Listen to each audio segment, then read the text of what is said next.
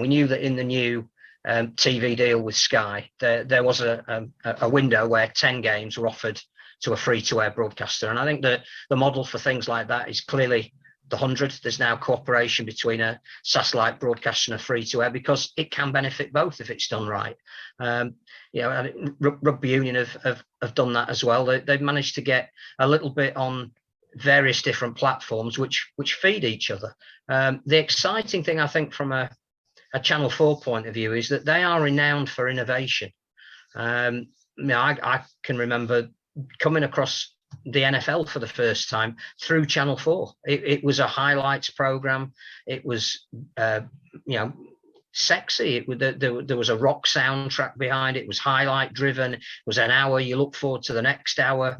You could get to know the names of people, the names of teams. You didn't need to know the intricacies of the rules because it was a highlights program. But it took off and it captured people's imagination. It was exotic. They did the same with Italian football. Nobody would have thought that, seeing a league in Europe where you didn't really have a feel for the teams, you might have known some of the English players that were going over there, would take on a genuine cult status. Even Paralympics, Channel 4 has championed the coverage of Paralympics. They're very, very brave, but also in the way that they showed it, has made it the spectacle that we now all can't wait to watch. They treated it seriously as a sport. So I think the most important thing is not necessarily that there is a free-to-air broadcaster for the first time in Super League, but actually who they've got. And I know they put out to independent production companies for what it's going to look like, but they have to prove to Channel 4 that they're going to bring something a little bit different. And I think the one thing that we do know about the sport is with the accessibility that we've got, with the fact that we have ready-made personalities. It's just that the rest of the world don't know who they are yet. You talk about the first game, Leeds and Warrington. There isn't really a better game that weekend. We might be having a rerun of the grand final, but actually Darryl Powell's first game in charge of Warrington, that's something that a lot of people, I think, there's a narrative there, will want to see how that pans out. He's doing it at a ground where he started his coaching career. Blake Austin could well be making his debut for Leeds against the Warrington team he's just left. There's huge stories there. And if they've got a production company that can tell those stories, that if they want to mic up the referee, they'll do that. The sport will allow them to do that. If they want to put a camera in the ball, whatever it might be, they'll be allowed to do it. And I think, again, the 12:30, we talked about it a lot, that when you play is quite important as well, for generating an audience. And there are times in the sporting schedule that are underexploited. And 12:30 on a Saturday, just as your sporting weekend is really about to start, that could be a really good time to show games. They're going to show, on average, a match a month. I know they've got 4 at the beginning, and they've certainly got 2 at the end. But that means they've got to really have a magazine program. They've got to have a podcast. They've got to have other products that will tell the story while they haven't got the live games, give it context. And I don't think we should be looking at, again, presenters we've looked at before. I think this should be new. Maybe Adam Hill should front it. Maybe Helen Skelton should be involved. Maybe Jodie Cunningham should be one of the lead commentators. But what it gives the sport the chance to do is determine its own image in a modern setting. With the greatest respect to voices that perhaps we might have heard before, or people of an era, they're not who they should be going for. I can see Premier doing that. That is appealing to a niche audience and an established market. Channel 4 could be anything. I was saying to my good lady the other day, we've started watching some of the BBC Two coverage, I think it is, of the NFL, where the two guys who are fronting it, Jason Bell and an ex-player whose name I can't remember, I'm watching for their interaction, for their excitement about when they talk about a game. You want to see the highlights of the next one. It's young, it's vibrant, it's different, it's a bit brash. It's not taking the sport too seriously, but giving you all the background information to make sense of the sport. That's what I want to see on Channel 4, and I think that is the outlet where we might get it. What's interesting is most of my column for next month, I have written about various things about Channel 4. Due this week. Just Yeah. thought I'd put that. Oh, it's nearly finished. It's nearly finished. But now I'm thinking I may have to not rewrite bits, but I think you're right. I think and we don't know where the highlight program's going to go yet, but I think that is the program where you can experiment a bit more. You go back to mentioning Channel 4 showing the NFL in the early 80s. It's hosted by Nicky Horn, who was a DJ, so still on the radio these days. So you can look for someone who is left of field because it's a highlight program. It's not as crucial as getting the person right. And they have to get the person right who fronts the live games, because as we saw with the 2011 World Athletics on Channel 4, the production company chose Otis Steely, who's a very good TV presenter, failed under the spotlight of doing live sport. It's a different thing. I've seen plenty of names suggested on social media in the last 7 days who would be awful choices just because they've got some connection to rugby league.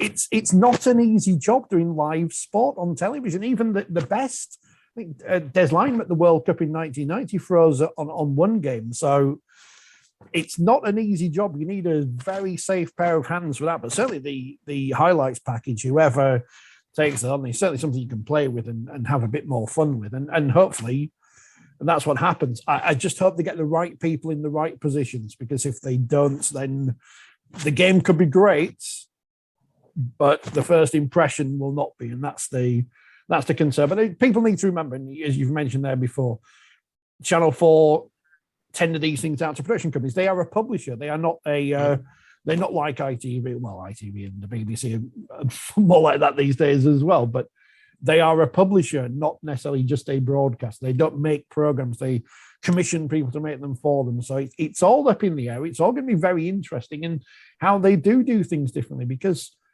it's different. It's difficult to do things differently, because a game of rugby league, a game of football, a game of rugby union, cricket, nothing's really changing how you show them, because they've always been the same way. So how you can do things around the match will be fascinating to see what those innovations are. Just not Mike and Ashton Sims.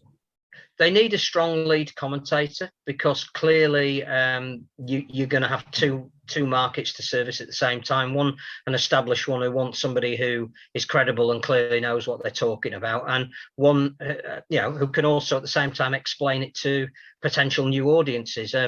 I think we know somebody who could fulfill that role, but I think it's more the packaging around it that I'm really interested to see. And not wishing to go on too much about the 100, because I think that its second year is going to be very interesting. But by having music, by having a DJ, by having a presentational style that appealed to men, women, young and old, they did make cricket look and feel a little bit different. Now, that might have partly been the format, but as you say, the format didn't really change. It was still a bloke throws a ball and another guy hits it as hard as he can. That didn't change, but the feel around the game was that you were watching something a little bit different. And I think because of the accessibility of the sport, if they do want to hear a coach's team talk before his side go out, have your bleep machine ready, they will get that. If they do want to, I don't know, interview people whilst the game is in progress who are involved in the game, they will be somebody comes off and is substituted, and everybody buys into the fact that while they're sat on the sideline, there is going to be a microphone thrust under their nose, or somebody is going to be mic'd up without affecting the way that they play, which the BBC have done a little bit of, but again could be interspersed with the game as it's going on, or however they do it. Whoever gets the contract will have to prove to Channel 4 that they have got ideas to present it in a different way to what we've seen up to now. And that's exciting, because if we get that right, it becomes less about the teams, less about the fixture, and more about creating something that people want to see 10 times a year, which is fantastic. So I think we said it would be difficult for a free-to-air to pull it off. I think the fact that if we have a saving grace, we did sort of joke a little bit about it. We did say that Channel 4 coming to Leeds gives them a different remit, that they have to employ local production companies.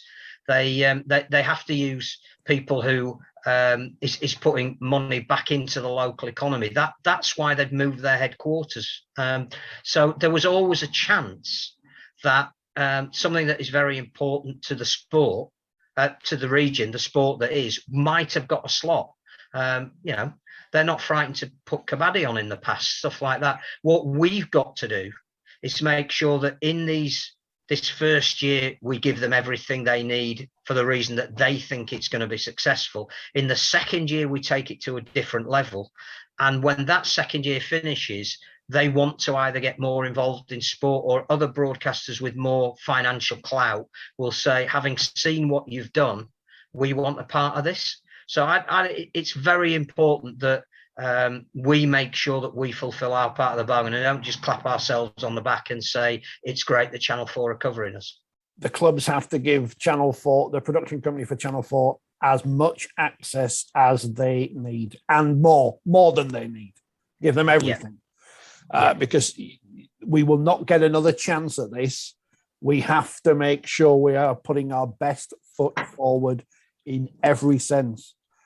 I know it's only Channel 4 or whatever. It doesn't matter. This is the biggest opportunity in a long time. So we have to make sure everyone buys into it. If we don't, then we may as well not bother. And I would like to see, regardless of whether a broadcaster does pick up the highlights, I would like to see the sport do something in-house that they can stick on YouTube, they can stick on TikTok or whatever, make more use of more modern social media, because that's the way we're going to promote our stars. I'd like to see, where's our Rugby League representative on Steph's Packed Lunch every week?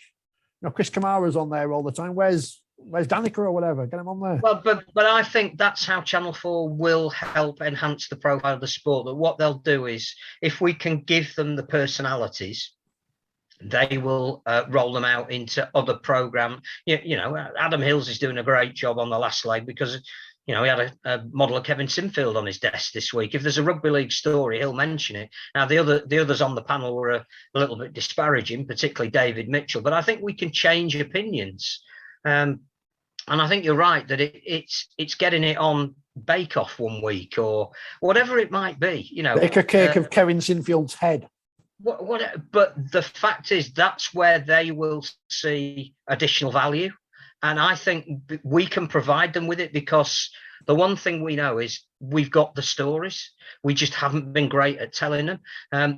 Clearly there will be league games in wheelchair rugby league. There'll be not all of the women's season that will be picked up on a week-to-week basis by Sky and the BBC. And it's great that they'll show internationals and grand semi-finals and grand finals and Challenge Cup finals. But there may even be that we can feed into the Channel 4 coverage other aspects of rugby league that fit the profile of what they're about. And the more that we can spread, get James Simpson on Steph's Packed Lunch, which is filmed clearly next door to where they'll be producing the Rugby League. All of that will enhance what we can do, and we can provide it. So let's hope that I think there's a feel around the chief executives and the owners of the clubs that they're coming out and saying this could be big. Adam Pearson said it. Gary Hetherington said it. Clearly, I think there is a feel that this is an opportunity that we cannot let slip. And if we're going to make the best of it, then we're going to have to give them over and above what they think they're going to get from us to enhance the product we've got. And it's less about geography now. It's more about making it look different.